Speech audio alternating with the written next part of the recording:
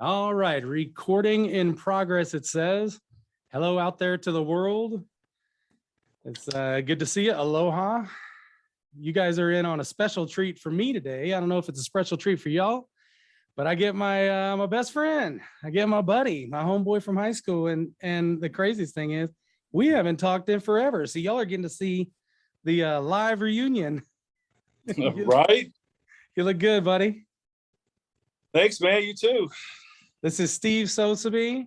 He is I'll let him talk about what he did, but he's a high performance individual who's been at the top of his market grown from the nighttime stock guy all the way to the very top. And I'll let him tell the whole story. And before we get going, I'll introduce myself. My name is Alex Alexander. I'm the CIO of Integrity Portfolio Management. We handle $1.5 million worth of land assets here on Hawaii Island. And we don't sell a kit or a course or anything like that. I make these videos for free. We sell land, but we give away knowledge for free because I think there's a lot of people out there who don't have to be broke and they just don't know how to stop being broke. I don't want you to be one of those people. So we make these videos for free. And today I got my boy, Steve Sosebee, on the other side. Steve, let's talk about, well, first of all, tell folks what you're doing now. Tell them who you are and what you're up to these days. Well, like you said, my name's Steve Sosebee. I'm actually running a Tractor Supply in Amarillo, Texas. And yeah, super high volume store. And it's a fun experience. I've been doing that for the last 6 years and having a great time doing it. But basically performing at a high level, and that's kind of what the plan is, and working your way up and being able to perform. So that's kind of where I'm at right now. Very good. Tell us about Hastings. Most people have probably never even heard of this store, and it's gone now, right? It is.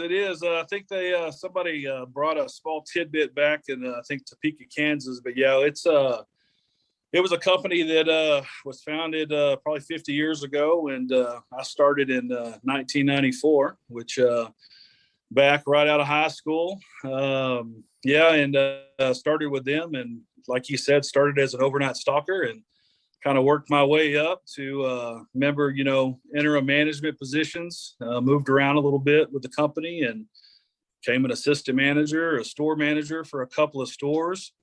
And yeah, and then moved into the district manager role for 10 years and finished my career there with, well, for as long as the company was there, for another 6 years as the director of real estate and store planning. So basically growing and remodeling and consolidating and having fun trying to help the business grow when in a struggling economy. So now you were doing what entrepreneurs do inside of a company. Absolutely. The digital age was one of those areas that has basically hit a lot of media hard, with the blockbuster. Talk about what Hastings was. We didn't talk about that. Yeah, Hastings was a books, music. It was an entertainment store. They sold books, music, and videos, video games, coffee. And with the digital age, with the red boxes and blockbusters and stuff basically coming in, Hastings had about 153 locations in the United States, basically central U.S. to into the Pacific Northwest. A lot of smaller markets, rural communities, a lot of places that didn't have the ability to go see a bunch of stuff. So it was a great place at that time to go watch a movie and hang out with the family and go read a book. You would have the mom and dad kind of split to go one direction and the kids would go the other direction in the store. And it was entertainment at its finest. So now you guys were selling not only books, but actually an entertainment experience inside the store. Absolutely. I mean, that was the whole point behind it. Basically, something for the whole family. And whether it be a video game for the kids or even some of the parents as well. But, with movies. And then we even had a coffee shop in there, it was called a Hardback Cafe. And mom and dad could come in and have a mocha and read a book, sitting at the couch, and the kids could go and look at the toys and all the fun stuff and pick out a couple of video games and stuff to take home with them for the evening. So now, as you're describing it, folks who are not familiar with it probably have no idea how large these stores were. And I'm remembering how big when I would come visit you, they were immense. What was the square footage on one of these stores? Yeah, the smallest store we had was probably about 9,000 square feet, but most of the stores in average were about 32,000 to upwards of 45,000 square foot stores. I mean, they were super entertainment stores, so they had a little bit of everything. And yeah, if you wanted entertainment, Hastings had it for sure. Wow. Now this is how it kind of gets into what I've been talking about on my show as far as, commercial real estate and that kind of thing.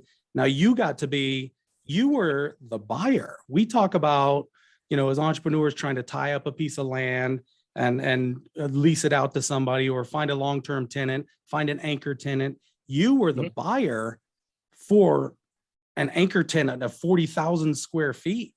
Can you talk about that, being the buyer who's going out and talking to realtors and people who are renting this land out? Yeah, absolutely. I mean, we had build-to-suits where we would go and build from the ground up, and we didn't technically own anything. Everything was, a lease aspect. But yeah, when you're going out working with a broker or just the landlord in itself and talking about taking up so much square footage and the aspect of, what's going to work for you and that cost per square foot and versus what they need to pay off their dollars as well. So, and that's that little game you had to play. And sometimes the performer would work for the store, say this store is going to make this amount of money. We can afford to be in this site. And there was areas we couldn't afford to be in. And sometimes it was working a deal with the tenant saying, hey, if we meet this dollar amount, then we will pay you more after so many amounts of years. And sometimes you got to negotiate and work with that. And sometimes as a landlord, you got to take that chance to hopefully fill that spot, as well as you got to remember how much traffic we were drawing into those centers. And if we were the main center there, I mean, we were drawing in a lot of people to us. So it was attractive to be next to a Hastings, because you knew you were going to get that extra traffic, whether you were a smaller Little Caesars, taking up 5,000 square foot of that big shopping center. It was nice for them to be able to divvy those out versus having a big box come in and take so much space. But yeah, it was fun to play the game. It was a little difficult when the backside of it, because we had to work with landlords when it came to downsizing. Because there was a time as the digital age came in and everybody not so many people were renting anymore. How do I take up that 20,000 square foot rental department that I had, make it a 5,000 square foot rental department? And did I put something else in it, which became collectibles and comics and T-shirts and toys and graphic novels and things like that were still interesting, but I still made the money on the cost per square foot. But maybe I didn't need a 40,000 square foot store. I needed a 20,000 square foot store. And how do I help him find a tenant that I would like to help draw traffic into me as well? So it became a good little process. And I enjoyed that aspect of it. Now, us on the other side, being we're renting out space. Our game, everybody who's probably, most of the folks that I deal with we're trying to secure a piece of land, whether we buy it or whatever we do to own that piece of land, and then rent it out to like a big customer like you guys. So what did you see in the shopping centers and the people you were working with? What were the attractive ones? What were the ones that said, that's the folks I want to work with? That's the center we want to be in. And it really depended on the market, figuring out the demographics. And I mean, that's what was appeasing to us. Do you have, we had a huge bookstore, so was the market educated in that aspect? Same way with buying land in Hawaii. I mean, that aspect of people wanting a piece of the island, I mean, that's a huge aspect. Somebody, hey, you know what? And we can make it affordable to you to get here. That's also huge. So working with them saying, hey, you know what? We're going to bring you into this, commercial real estate or into this one location, and we're going to give you a discount to get you in here. But say you grow like we think you're going to grow. How do we basically not really take advantage of that, but how does it become a win for both of us? And after you've been in the maybe in the lease space for 5 years, let's come back and look at it and see where you're at, and potentially where there could be an increase. And if they're going to do as well as they think they're going to do in those locations, then it's usually a given to basically make that contract deal, to where they're basically going to go, hey, you know what? I'm going to step out on a limb and say, I'll go 5 years at this rate, but let's look at it at 5 years. And if I'm at this dollar amount where I'm looking to be, then let's do an increase. And I mean, it's a win-win. So just trying to make it attractive.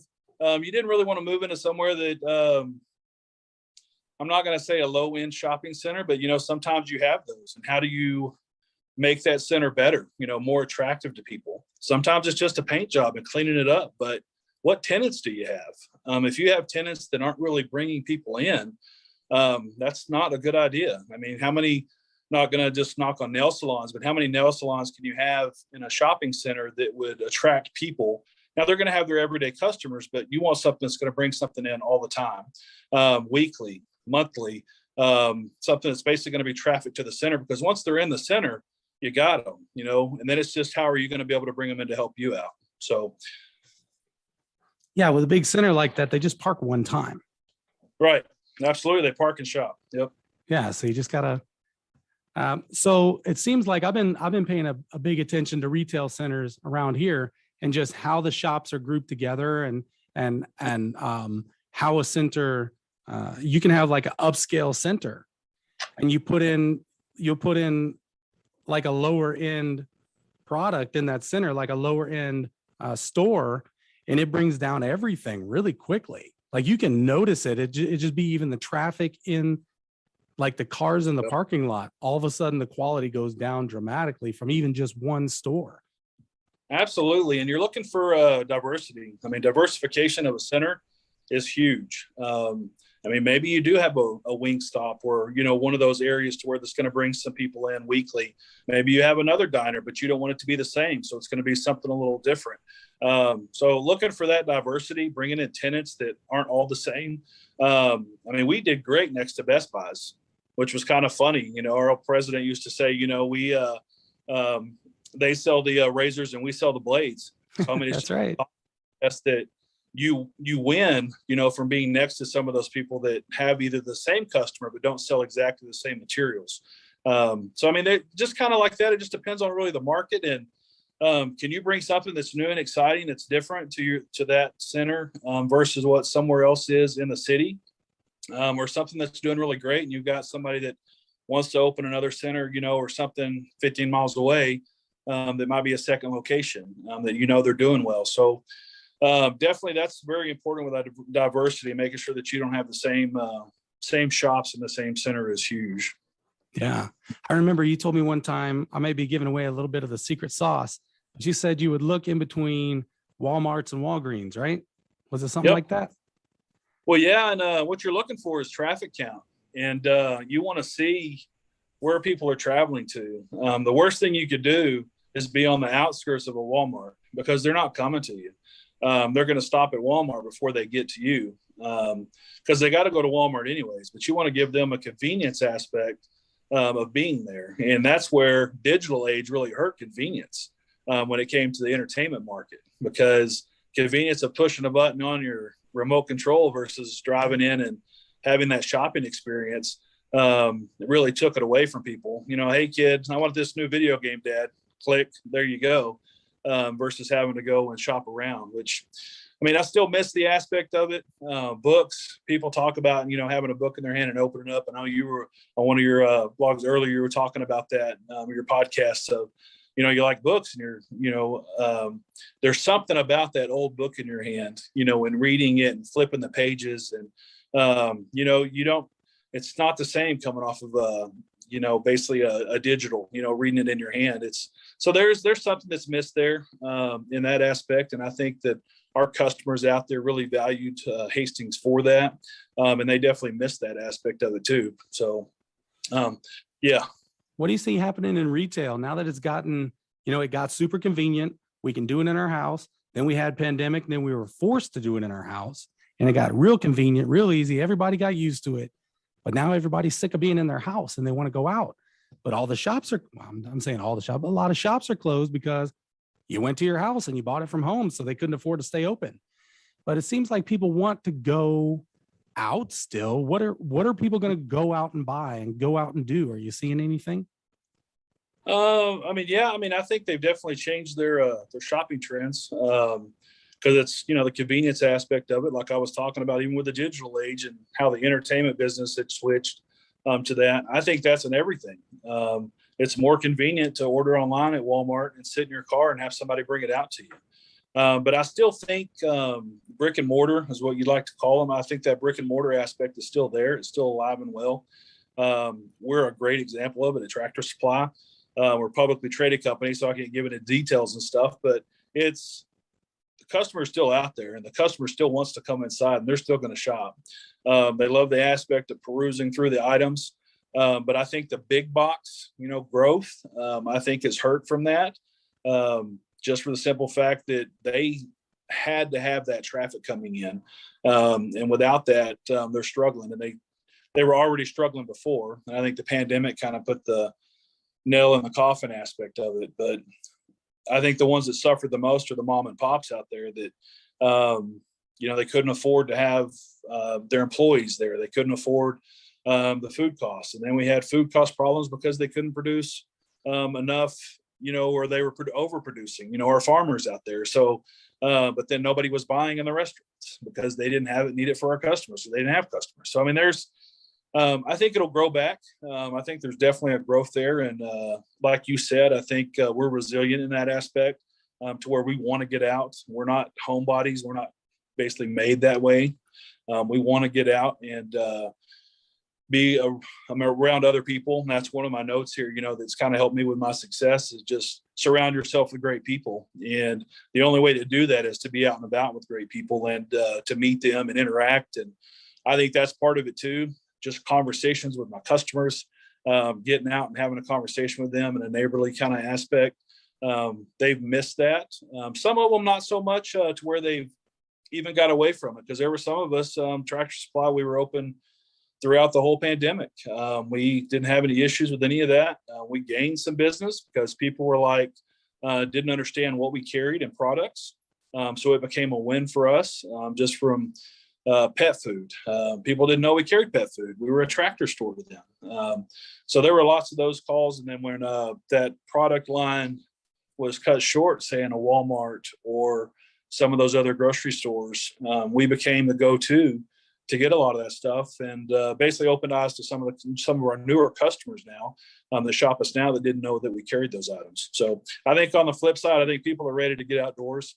And I think that's going to help with the brick and mortar to where people are going to want to invest in that aspect because they know once we're open and we're ready to go, I think it'll be a good thing.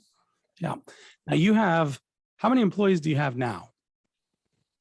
I've got about 28 to 30 employees, in the store.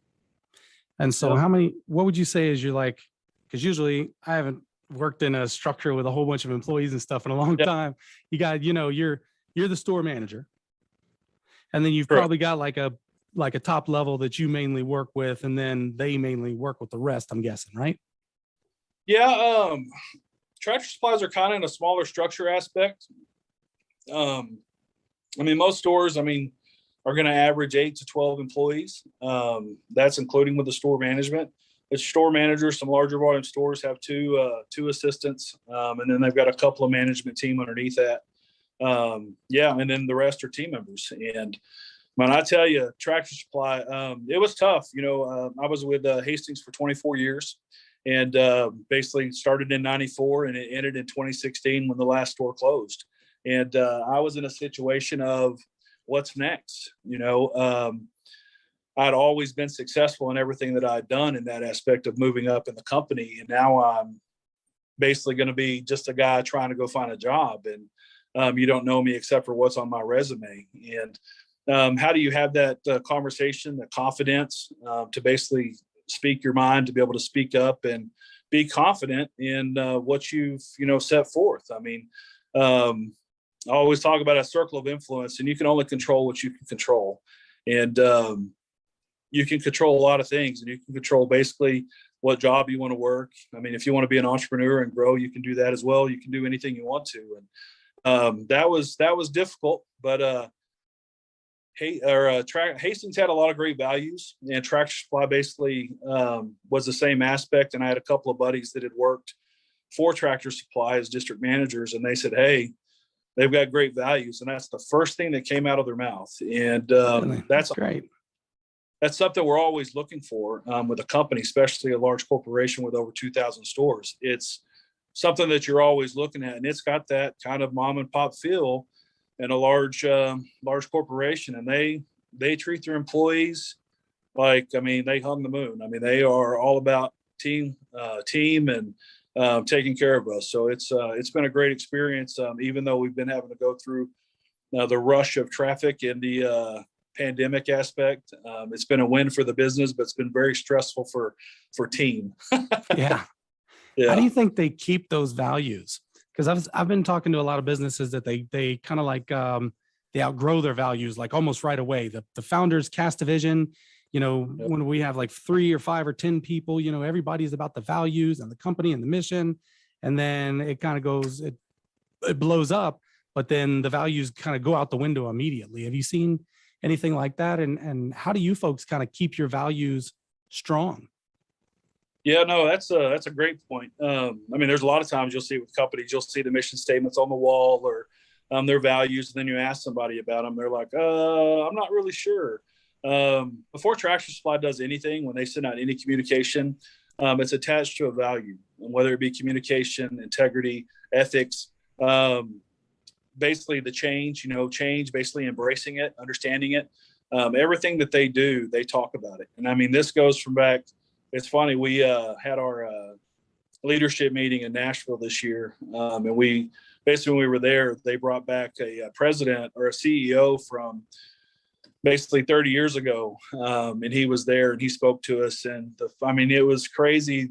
Everything that he spoke was just like if it was the CEO talking up there about the values and the things that, I mean, it was basically they live it, breathe it, and it's not a joke. I mean, it's not one of those things that they do because they feel like they need to. It's just how we run the company, and everything's based off of those values, and everybody buys into it. And that's the best part about it. I joke about, drinking the Kool-Aid sometimes, but no, I mean, it's true. It's just part of who Tractor Supply is. And I landed on my feet, and I've had buddies that after Hastings bumped through a couple of jobs, trying to find, the right location for them and their family. And with work-life balance and where I am with my family and kids, and this was the perfect experience. God was basically put a blessing on me and where he put me. So it's worked out well. I bet you bless the people that work with you too by putting you there. I appreciate that. Yeah. You've always been, I've known you for a long time personally. We've been, close friends. And so I know that you get in with the people and you get involved with them and know people. Can you talk a little bit about like your personality with how you deal with, because these are your employees, you're in charge of them. They, you need to get them to perform, but you have a sweet spirit and a niceness, and talk about that, how you work through all that. Yeah. I mean, I think some of it just goes back to the golden rule aspect. I mean, treat people as they want to be treated. And in that aspect, as a manager, you got to treat people as they need to be treated, because everybody's different. And the way you say something to one person, how you would say to someone else, is completely different. Sorry, I might have lost you there, but I had a call. But yeah, I mean, the way you treat people is just a little different. And always open door policy. I'm pretty laid back in how I do things. I'm pretty relaxed, and I always want to know a little background of them, whether it be students. We've got a college here, West Texas A&M, that's right outside of town, and got a lot of college kids. So letting them understand that, hey, I appreciate you coming to Tractor. What are your plans? What is your future? What is your growth potential? What do you want to do? And I think having those open-ended conversations with them, letting them know that they're just not an employee. They're not just sheep that are basically being out there and told what to do. Yeah, I mean, I don't know. It's one of those give and take. I don't treat anybody that's less than me. I'm not afraid to clean the restroom if the restroom needs to be cleaned. And I mean, it's one of those things that's kind of a simple, but it's not, because it means a lot to them whenever you can step in and you take care of those things on your own.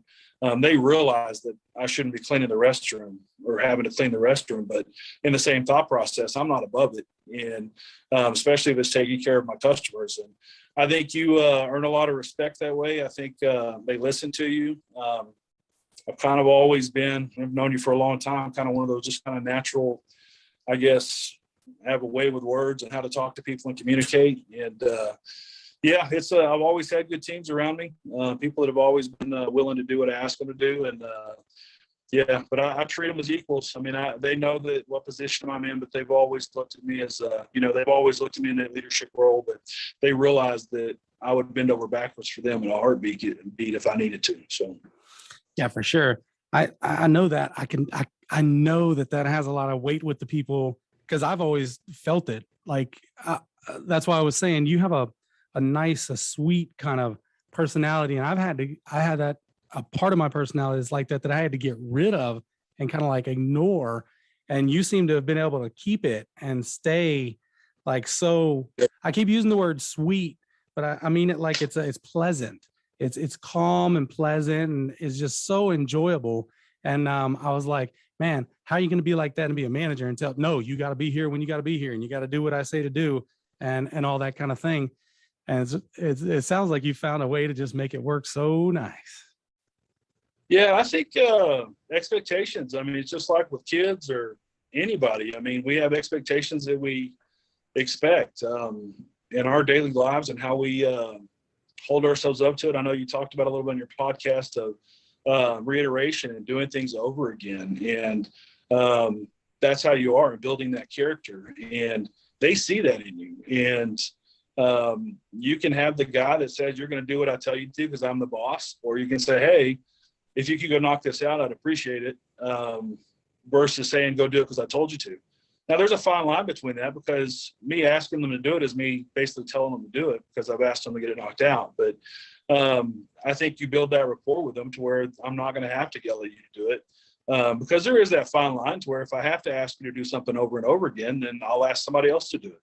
And there's been plenty of people that got promoted to customers that along the way that decided that they didn't need to do those things. And that's fine, but we've still got a business to run, and it's all about taking care of the customers. And that's just a customer service industry. No matter what you are, you're taking care of the customers. In real estate, you're selling to a customer. I mean, That's what it is. And whatever you can do to, hey, you know what, take care of that customer. Guess what? They need some more property. They're going to talk to you about somebody else. Oh yeah, well, I know a guy, and here. So yeah. How big is a Tractor Supply company? We have over 2,000 stores right now. Yeah, so we are growing, and they want to be around 2,700 locations. And we're like I said, so 80 to 100 stores a year, I think, is kind of what their growth path idea is and where they want to be. And yeah, it's a good business to be in right now, especially with the pandemic. People want to grow their own, have their own chickens and grow their own vegetables and kind of live the lifestyle out here, as we like to call it. And it's kind of nice. They don't want to have to rely on the grocery store. They don't want to have to rely on, anything government or anything that way. They want to be able to do that stuff on their own. And we try to help them and provide that for them so they don't have to. So how large is one of the store? What's a store size? What's the square footage on a store? It's about 16,000 square feet. So still pretty big. Yeah, it's 16, and then we've got a 16,000 square foot side yard. So yeah, and right now we're in a remodel that we're doing in my store, and it's basically adding a garden center and some other stuff. So they're always developing, like I was talking about with values. Change is one of their values, and it's basically embracing it. We listen to what the customers tell us. We've always tried to, such as with the Hastings, we couldn't do a lot of the things they were asking us to because we were brick and mortar. So coming to digital, we were trying to do that, but we just couldn't do that because that's what our business was. But with Tractor Supply, and the customers telling us they want to go to curbside and they won't pick up, or they want online sales to where they can just swing by and pick it up. I mean, so we got a new CEO recently, and he came from Macy's and a few other places, and his I guess IT knowledge has been fantastic for Tractor Supply and moving them to the next level, to basically take care of even more customers. So his name's Hal Otten. He's done a fantastic job of growing the business. So That's great. Now, you as a store manager, you still deal with the real estate side as far as, you still have to deal with the landlord. I don't actually have to deal with the landlord. That's all done from corporate office. So yeah, I basically just run the store. They try to do all that on the backside. I mean, if I'm dealing with him, it's because of there's opportunities or something that needs to be cleaned up, the parking lot, or where we have curbs that are damaged and things like that. But yeah, no dealing with the landlord in this position. So that's kind of nice in one aspect. So, Like I said, I've been checking out commercial real estate centers for a while and just like paying attention to the details of them. Can you talk about some of the details, like broke curbs, the landscaping? Talk about something as far as, because like I said, there's a real estate show, supposedly. We'll see who's watching. No, so we got so commercial real estate.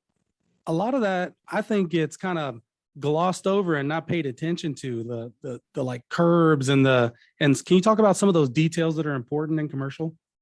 Yeah, absolutely. I mean, you can gloss over a center and paint it and everything, but if you don't fix the entrance with the trash and cleaning up the landscaping, good example, if you're in a more of a deserty area, do you have the right landscape for that? It's nice and neat if you make that look real pretty in the very beginning and put new fescue in, but it's not going to maintain itself. You've got watering bills and all that stuff that you would have to deal with. So as basically as a property manager, things to think about that you're putting in place, making good decisions in that aspect. Because I mean, there's some to where you just want rocks and some cactus. I mean, because that's going to look great and it fits the decor of the center. But then again, I mean, if you've got palm trees and you can put some nice stuff in there and make it look nice and neat, it needs to be manicured. Nobody wants to see the nasty palm leaves all over the ground. It needs to be cleaned up, and having that plan in place with your property manager. Because if you're not doing it on your own, you need to have a great property manager that's running that center for you, and staying on top of those things. Striping the parking lot. Is that something that's coming to be out of pocket on you, or is it something that you put into the lease that the tenants help you pay for that? And maybe it's every 10 years that you restripe the parking lot. Those are things that you can put into a lease to help you do that. HVAC systems, making sure your HVAC systems work. Those are expensive. And do you have it in your lease to where you're going to make sure those HVAC systems are running 100%? 25-ton HVAC system is a monster, when you're having to replace one.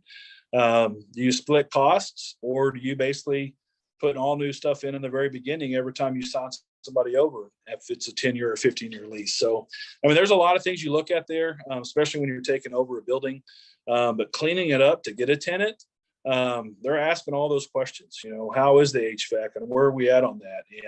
And do you have a sprinkler system? Who's in charge of the sprinkler system? Am I having to pay for water cost? I mean, there is so much involved in that to where you can basically put it into those costs of the rent. But yeah, making sure the center pops is a huge attraction to people. And it doesn't matter if you've got one person in the center right now and you've got more coming. When they come visit the center, nobody wants to see an old closed sign with a bunch of stuff in the windows to where they can see through on the back side. I would rather see paper closed to where nobody else can see in to what's behind there. Basically put, paper bags up or whatever to where it keeps it closed. So you don't have to look inside it. You just say, hey, and then put your sign up that you're renting that space open. But there's just a lot of things you can do to basically make it more appetizing for potential tenants looking for a space. Yeah, a lot of the stuff that you were talking about, like saying you're having a closed space, it's almost like emotional for the property manager, property owner. I can see the whole situation. You got the empty window and you can see all the way in. Like you said, there's like a knocked over chair and some hangers and 2 garbage bags in the corner, and the place just looks terrible, right? Well, it's almost like I feel like the owner kind of looks at it and doesn't clean it up and doesn't cover it up because they feel guilty about it because it's empty, and they're like, they almost like showing off their loss, you know, instead Right. of trying to like promote it and make it better. They're like, feel sorry for me. Look, I got an empty place. It's funny. I talk about how this seems like personal development. All this business is tons of times it goes back to like the emotions of like Yep. the owner or whoever the person is or whatever. Yeah. Sounds like you Yeah. found that. Yes, for sure. Yeah, it's definitely a passionate business that you want to be in, especially if you own that property. Um, you've got to have somebody, if you're not going to be able to be the one to be in charge of that, you've got to have somebody that's got the attention to detail, setting those expectations of what I want you to look for on a sheet, checklist, whatever it is. Same aspect, you know, it's just making sure that you've got that center ready to go for the next tenant and making it look nice. No graffiti on the wall. I mean, making sure that it's cleaned up, trash cans look good. Just like if that center was popping 100%, make sure that it's ready to rumble. So I don't know how they keep it going whenever, because they, you know, that's all paid for by the CAM. Yep. The common area maintenance fee takes care of all that. So whenever it gets empty, the CAM stays the same for the people that are there. Now the landlord just has less money coming in to pay for the common area maintenance. Yep. And so here's a little trick for people trying to get into some kind of commercial space. Whenever things are really empty right now, landlords will let you get into a space sometimes for just the CAM. So if you can find out what just the common area maintenance fee is, so usually they'll want like a 3 or 5 year contract on a commercial space. So you can go in, say you're a brand new business, you want to get started. There's tons of commercial space out here right now. Seems like nobody's really renting commercial space. So landlords are desperate. So you can go to a landlord and say, I'll just pay the common area maintenance fee for a year, and then I'll kick in and start paying rent after that. So you're getting it rent free. You're not paying any rent. There's some people that are able to do this. We were able to do it on a space recently just because everything was so empty. The pandemic left things so empty and the landlords were so desperate to get something in there. They were like, yeah, we'll just take, if we can just cover our bills, we'll be happy. And so we were able to get in like that. It's a great idea. Yep. Yeah. It's all about negotiations. I mean, you don't know unless you ask. So come with a good proposal and have that conversation. I think, especially now, you're right. You would be surprised at what people would do to let somebody get into a center just to get some income coming in. So, yep, good point. It's a buyer's market or a renter's market. That's right. We've got space here that we see people talking about. We got a huge Kmart here that closed and a Sears, a couple of big box stores that are empty right now. And so we've got guys talking about putting in apartments in the Kmart. Well, I mean, I guess utilizing the space, I mean, that's definitely one way to do it. Yeah, I mean, that's definitely, it's amazing what they can come up with when you look at those spaces that way, especially those big ones. I mean, you've got 180,000 square feet. I mean, they're monsters. So yeah, even those old, that's why you see a lot of people moving into old Walmarts. You know, they'll chop them up into 3 or 4 and they don't even pay for the full space on it. I mean, you've got $4 per square foot and you take a chunk of 30,000, they'll break that thing into 3 or 4 chunks. At $4 a square foot is pretty cheap for a big box, and they don't even use the back half of the store a lot of times just because they're trying to fill them. So there's definitely ways to get into some of those, and they'll cut it and chop it up just to make some money. So wow, so they're basically just leasing out, say the front third. Yep, just to get somebody in there. Absolutely. Yep. Wow, that's amazing. Yeah, that happens probably more than you would think, but especially when they move to the bigger super centers. They're doing a lot more build-to-suits now, but yeah, those older ones out there, you can move in and get pretty good rent per square foot, and it's pretty good location. Like I was talking about, trying to be in between the neighborhoods and say the Walmart, you become the Walmart, and Walmart doesn't pick bad locations. So if you're in that Walmart, you've already got a pretty good location, even though that Walmart moved. So they don't pay for bad real estate. So they might move and get bigger, but their general location is probably pretty good. Hey, that's really interesting. I didn't even think about that. Hey, that's another thing you can do whenever they close, whenever a Walmart moves, I bet you the rest of that whole center drops in value, right? Drops in cost. So that could be a Yep. good way to swoop in and get a good price. But it's still a good center probably because, like you said, they don't start with a bad place in the first place. Right. Absolutely. And they're usually moving because they want to get into a bigger location. A lot of those are just the old department store Walmarts. So you don't have the garden centers and all that stuff that they basically want to move into. And a lot of those didn't even have too many groceries. So whenever they're moving like that, those areas are probably about 100,000 square feet, and they're making 180 to 200,000 square foot stores, if not more, in some areas. So yeah, it's still good. It's still good real estate. That's great. So you talked a little bit about the future for Tractor Supply. They're already at 2,000, they've got a goal of 2,700, right?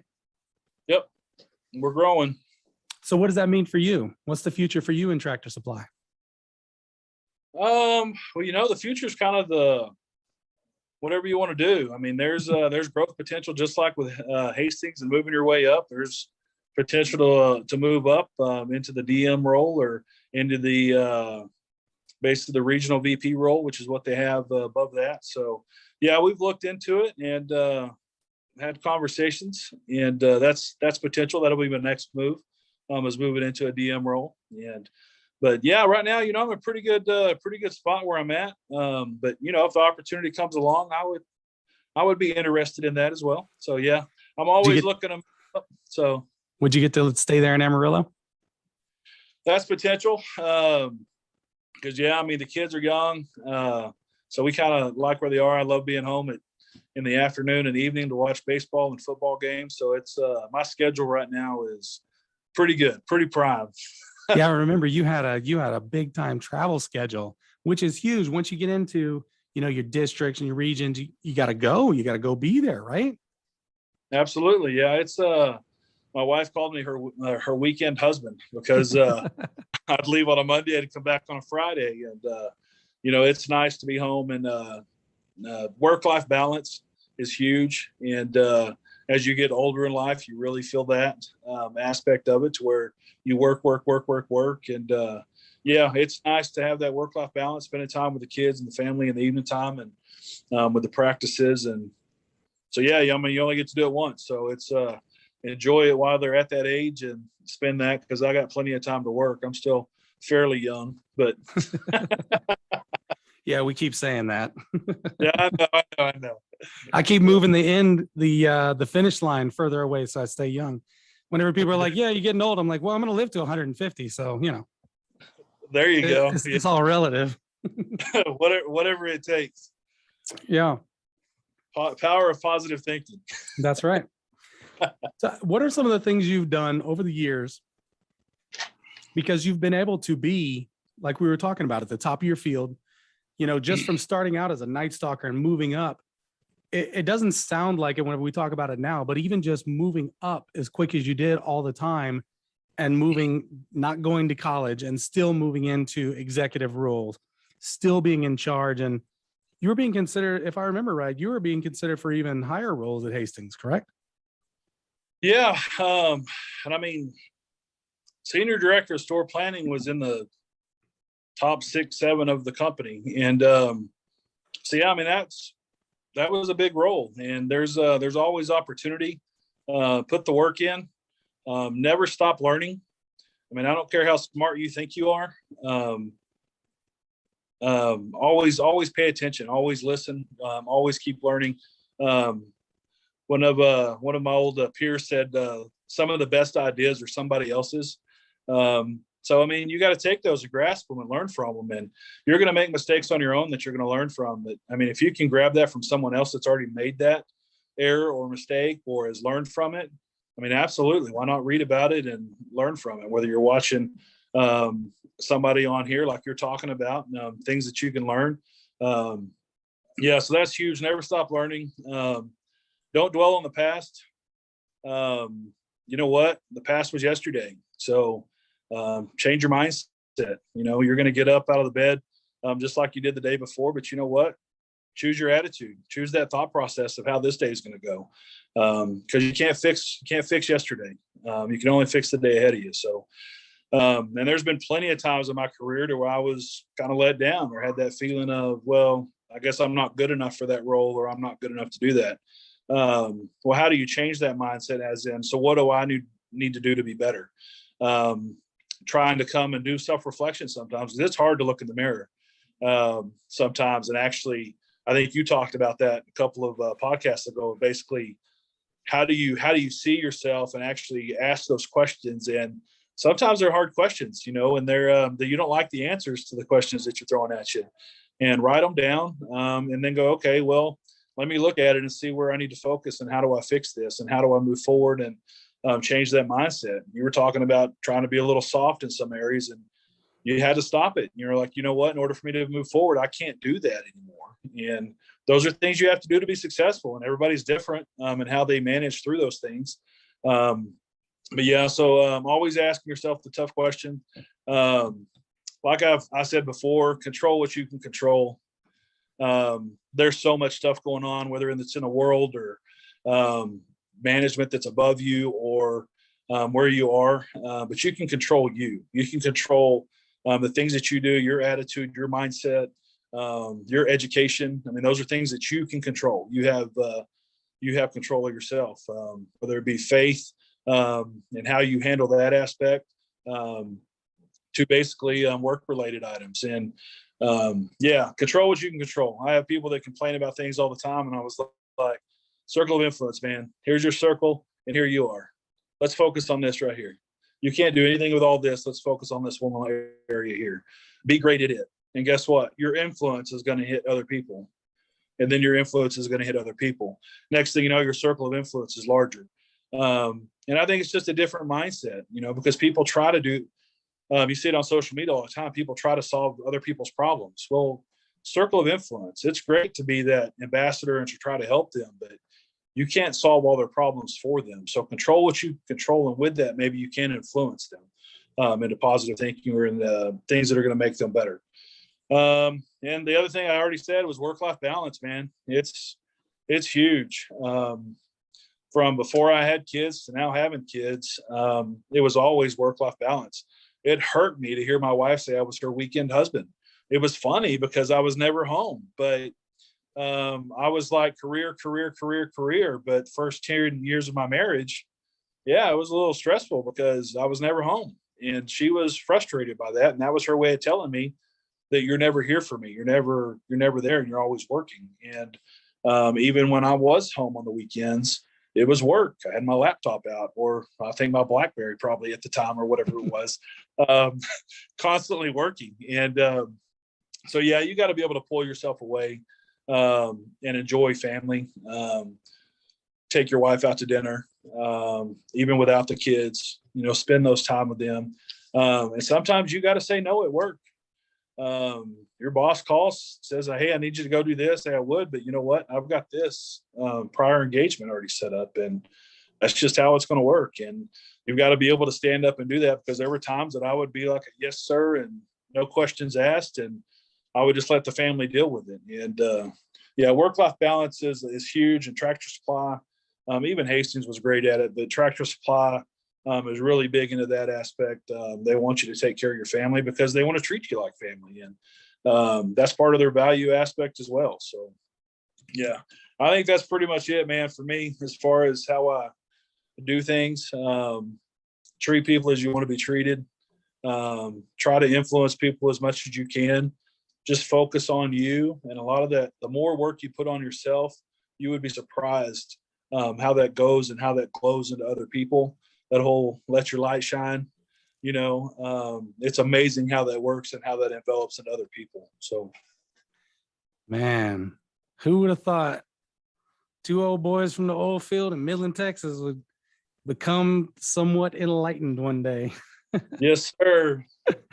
All this stuff Yes, we're talking sir. about, it kind of circles back around, and it comes to like a spiritual and kind of a guru and kind of a, has a sense to it that's kind of ethereal or whatever, but it's real concrete. And I think you've put it into some real specific actions that are wonderful. I think that's a great Cool. place for us to wrap it up, talking about work on the one, increase the influence, work on the one. That's great. I really love that, Steve. All right, brother. Man, Well, it was cool. so good to see you. Likewise. I need I to make just that out there. come on. We've been talking about a trip to Texas as well, so let's make sure we coordinate so we don't cross paths. You'll be here and I'll be there. All right, brother. Hey, I appreciate you having me on. All right. Thanks for coming on. This is Steve Sosebee. Hey, is anybody, if anybody wants to reach out and talk to you about anything, you want to put your social media or anything out there? I know you're not out selling or promoting a book like regular folks on the podcast. You're coming on sharing your knowledge. You're not out trying to get the job or get promoted to some other company. Yeah, you can look me up on LinkedIn. You know, there you go. Yeah, you can look me up on LinkedIn if you need anything. I'd love to talk to you about anything. So, all right. Hey, I love you, brother. It's good to see you. And we'll go ahead and cut it. All right, brother. Day. Love you too, man. All right. All right, bud. All right. This is bye. This has been Alex Alexander over here, and y'all have a great day.